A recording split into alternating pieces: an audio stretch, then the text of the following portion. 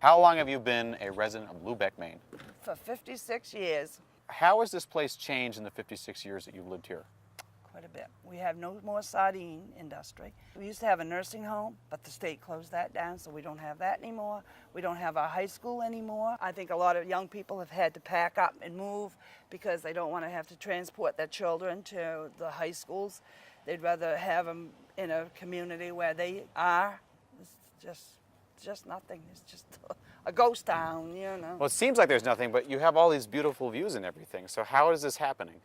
Like I said, they just don't work. Was it sardines that was employing most people around here or what?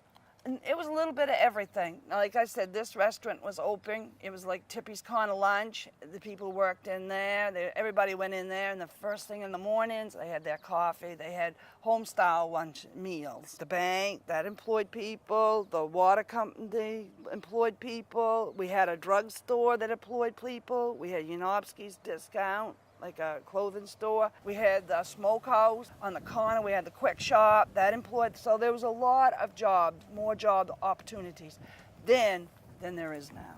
How do you think we fix that, or can you?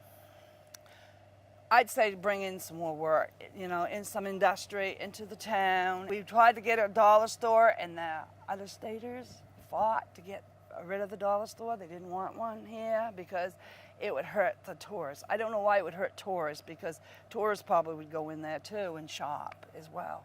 When you look at what's going on in Augusta, for instance, where the state can't agree on a budget or something like that, Yeah. how do you take that all in at home? I don't like that idea either. There's a lot of programs that's being cut, and that's gonna hurt.